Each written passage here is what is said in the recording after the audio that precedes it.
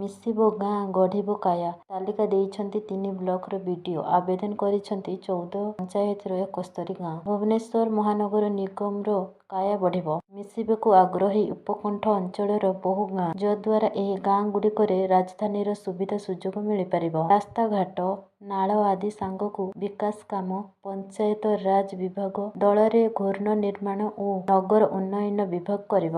ବିଏମ୍ସିରେ ମିଶିବାକୁ ଆଗ୍ରହ ଦେଖାଇଛନ୍ତି ଖୋର୍ଦ୍ଧା ଜିଲ୍ଲାର 3ଟି ବ୍ଲକର 14ଟି ପଞ୍ଚାୟତର 71 ଗାଁ। ସରକାରୀ ତଥ୍ୟ ମୁତାବକ ବିଏମ୍ସିରେ ମିଶିବାକୁ ଆବେଦନ କରିଥିବା 14ଟି ପଞ୍ଚାୟତରୁ ଭୁବନେଶ୍ୱର ବ୍ଲକର 12ଟି ପଞ୍ଚାୟତ ଥିବାବେଳେ ଜଟଣୀ ଓ ବାଲିଅନ୍ତାର ଗୋଟିଏ ଲେଖାଏଁ ପଞ୍ଚାୟତ ରହିଛି। 2011 ଜନଗଣନା ଅନୁସାରେ ମିଶିବାକୁ ଚାହୁଁଥିବା ଏହି 71 ଗାଁର ଜନସଂଖ୍ୟା 73,486। ଗାଁଗୁଡ଼ିକ ଉପରେ ନଜର ପକାଇଲେ ଜଟଣୀ ବ୍ଲକ ଧାନସାହି ପଞ୍ଚାୟତର ବତଣ୍ଡା, କଣ୍ଟିଲ, ଓରକୋଳ ଓ କ୍ଷେତ୍ରପାଳ ଗାଁ ବିଏମ୍ସିରେ ମିଶିବାକୁ ଆବେଦନ କରିଛନ୍ତି। ସେହିଭଳି ବାଲିଅନ୍ତା ବ୍ଲକ ଅନ୍ତର୍ଗତ ବାଲିଅନ୍ତା ପଞ୍ଚାୟତର ଅଗଣ୍ଡିଲ ଗାଁ ବିଏମ୍ସିରେ ମିଶିବାକୁ ଆଗ୍ରହ ଦେଖାଇଛି। ପରବର୍ତ୍ତୀ ଖବର ବଦଳିବ ସବୁ ଚାକିରିର ନିୟମ, ଏବେ ଡିଗ୍ରୀ ନୁହେଁ ଦରକାର ପଡ଼ିବ।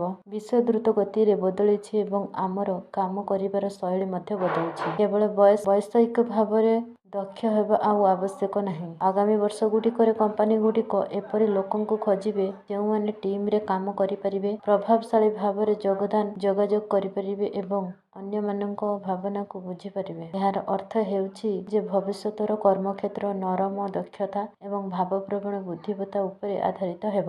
ଡିଗ୍ରୀ ଏବଂ ବୈଷୟିକ ଦକ୍ଷତାକୁ ଥରେ ସଫଳତା ଗ୍ୟାରେଣ୍ଟି ଭାବରେ ବିବେଚନା କରାଯାଉଥିଲା, କିନ୍ତୁ ସହାନୁଭୂତି, ସୃଜନଶୀଳ ଚିନ୍ତାଧାରା ଏବଂ ସମସ୍ୟା ସମାଧାନ କ୍ଷମତାକୁ ଏବେ ପ୍ରାଥମିକତା ଦିଆଯାଇଛି। ମାଇକ୍ରୋସଫ୍ଟ ଏବଂ ଲିଙ୍କଡଇନ୍ ଦ୍ୱାରା ଏକ ସାମ୍ପ୍ରତିକ ରିପୋର୍ଟ ମଧ୍ୟ ସୂଚିତ କରୁଛି ଯେ 2030 ସୁଦ୍ଧା 70% ଚାକିରିରେ ସ୍କିଲ୍ ଗୁରୁତ୍ୱପୂର୍ଣ୍ଣ ଭୂମିକା ଗ୍ରହଣ କରିବ।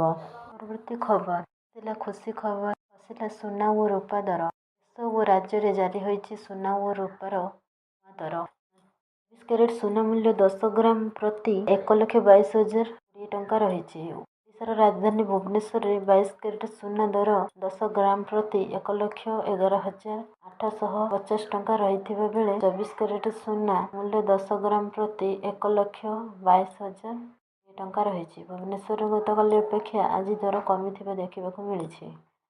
ପ୍ରମୁଖ ସହରମାନଙ୍କରେ ବି ସୁନା ଦରରେ ପରିବର୍ତ୍ତନ ହୋଇଥିବା ଦେଖିବାକୁ ମିଳିଛି। ଦେଶର ଆର୍ଥିକ ରାଜଧାନୀ ମୁମ୍ବାଇରେ ଆଜି 22 କ୍ୟାରେଟ୍ ସୁନାର ଦର 10 ଗ୍ରାମ ପ୍ରତି 1,11,850 ଟଙ୍କା ହୋଇଥିବା ବେଳେ 24 କ୍ୟାରେଟ୍ ସୁନା ମୂଲ୍ୟ 10 ଗ୍ରାମ ପ୍ରତି 1,22,020 ଟଙ୍କା ରହିଛି।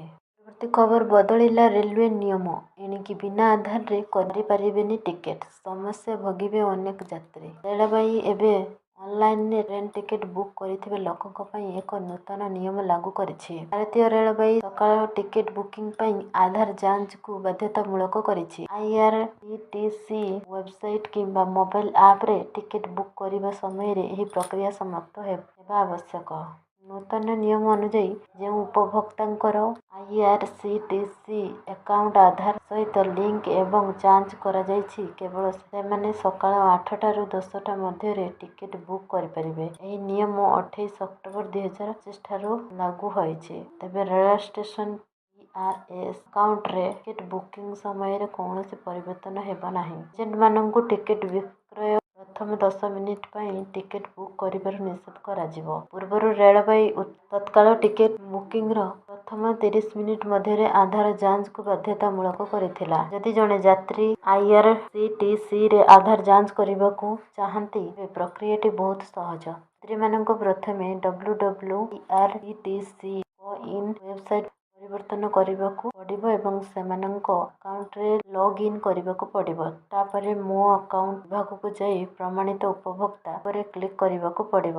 ଏବେ ଆପଣଙ୍କ ଆଧାର ସହିତ ଲିଙ୍କ ହୋଇଥିବା ମୋବାଇଲ ନମ୍ବରକୁ ଏକ ଓଟିପି ପଠାଯିବ। ଏହି ଓଟିପି ପ୍ରବେଶ କରନ୍ତୁ, ଅନୁମୋଦନ କରନ୍ତୁ ଏବଂ ଦାଖଲ କରନ୍ତୁ। ଆପଣଙ୍କର ଯାଞ୍ଚ ସମାପ୍ତ ହେବା ପରେ ଆପଣଙ୍କ ସ୍କ୍ରିନରେ ଏକ ନିଶ୍ଚିତକରଣ ଦେଖାଯିବ, ଯାହା ନିଶ୍ଚିତ କରିବ ଯେ ଆପଣଙ୍କର ଆଧାର ସଫଳତାର ସହ ପ୍ରମାଣିତ ହୋଇଛି। ପରବର୍ତ୍ତୀ ଖବର ଏଣିକି କୋଣାର୍କ ନାଟ୍ୟମଣ୍ଡପ ଉପରକୁ ପର୍ଯ୍ୟଟକ ଚଢ଼ିବା ମନା, କହିଛି ଏଏସ୍ଆଇ। କୋଣାର୍କ ସୂର୍ଯ୍ୟ ମନ୍ଦିର ନାଟ୍ୟମଣ୍ଡପରେ ପର୍ଯ୍ୟଟକଙ୍କ ଚଢ଼ିବା ଉପରେ ଭାରତୀୟ ପ୍ରତ୍ନତତ୍ତ୍ୱ କର୍ତ୍ତୃପକ୍ଷ କଟକଣା ଜାରି କରିଛି। ଦୁର୍ଘଟଣା ଘଟୁଥିବାର ଦୃଷ୍ଟିରେ ଏପରି ନିୟମ କରାଯାଇଛି। ଏହି କଟକଣା ପରେ ପର୍ଯ୍ୟଟକମାନେ ଏଣିକି ପ୍ରଥମ ନାଟମଣ୍ଡପ ଚଢ଼ି କୀର୍ତ୍ତିରାଜି ଓ ମୁଖ୍ୟ ମନ୍ଦିରର ଦୃଶ୍ୟକୁ ଦେଖିପାରିବେ ନାହିଁ କିମ୍ବା କୌଣସି କୀର୍ତ୍ତିରାଜିକୁ ମୁଖର ସ୍ପର୍ଶ କରିପାରିବେ ନାହିଁ। ଏନେଇ ଆଜି ଏଏସ୍ଆଇ ପକ୍ଷରୁ ନିଷେଧାଦେଶ ସହ ସୁରକ୍ଷା କର୍ମୀଙ୍କୁ ନିୟୋଜିତ କରାଯାଇଛି। ସୂର୍ଯ୍ୟ ମନ୍ଦିରକୁ ପରିଦର୍ଶନରେ ଆସୁଥିବା ଦେଶ ବିଦେଶ ପର୍ଯ୍ୟଟକଙ୍କୁ ଗାଇଡମାନେ ପ୍ରଥମେ ନାଟମଣ୍ଡପକୁ ଦେଖାଇଥାନ୍ତି। ସୂର୍ଯ୍ୟଙ୍କ ଉଦୟ ସମୟର ପ୍ରଥମ କିରଣ ମୁଖ୍ୟ ମନ୍ଦିରରେ ଥିବା ଅଷ୍ଟଧାତୁ ସୂର୍ଯ୍ୟ ମୂର୍ତ୍ତି ଉପରେ ପଡ଼ିଥାଏ ବୋଲି କହିଥାନ୍ତି। ପର୍ଯ୍ୟଟକମାନେ ମଧ୍ୟ ଏହି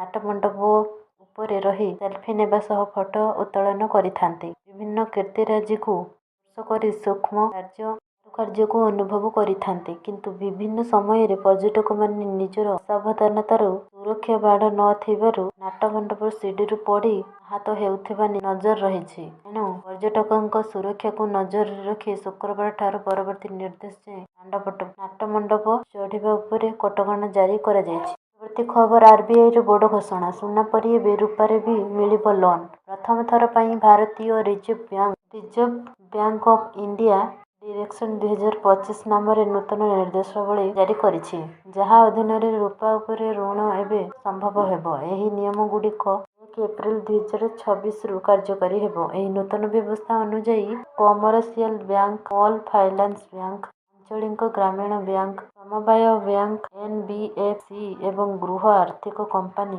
ଗୁଡ଼ିକ ଏବେ ସୁନା ବ୍ୟତୀତ ରୂପା ଏବଂ ମୁଦ୍ରା ଉପରେ ଋଣ ପ୍ରଦାନ କରିପାରିବେ।